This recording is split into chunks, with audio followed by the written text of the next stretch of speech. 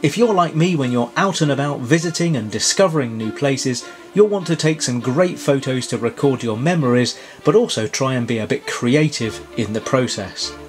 In my mind, there are 4 ingredients that need to come together to make a brilliant image. Firstly, your subject, which is kind of obvious. Secondly, the way that subject is lit. Thirdly, how you choose to expose the image with combination of ISO, shutter speed and aperture. And lastly, the composition. In just a series of 5 short videos, I'm going to tell you about some of the techniques I use to concentrate on just subject and composition, and how you can use post-processing techniques to further enhance the look and the feel of your final image.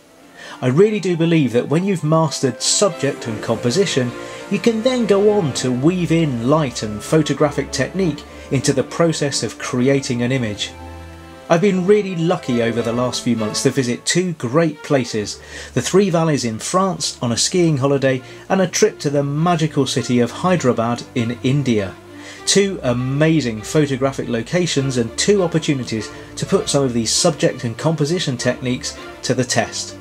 Now, in my videos I usually talk about going manual and having full control over the exposure, but on these adventures I set myself more of a challenge.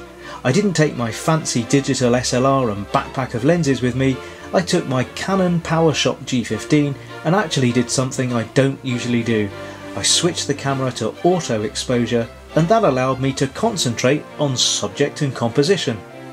Of course, it's good to actually decide what the subject of the image is going to be.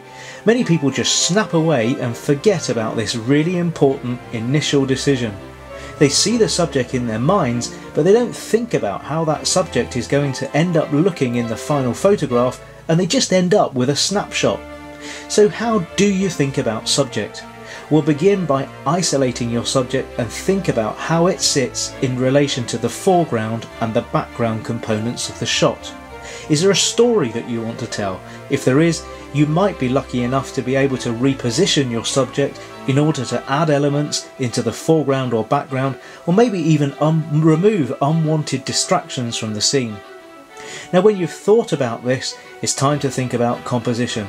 So let's finish off with one simple compositional technique that will really help you in your photography. Just get in close and isolate your subject. Shoot with the foreground and the background in mind to tell a story, and remember to remove any of those unwanted distractions.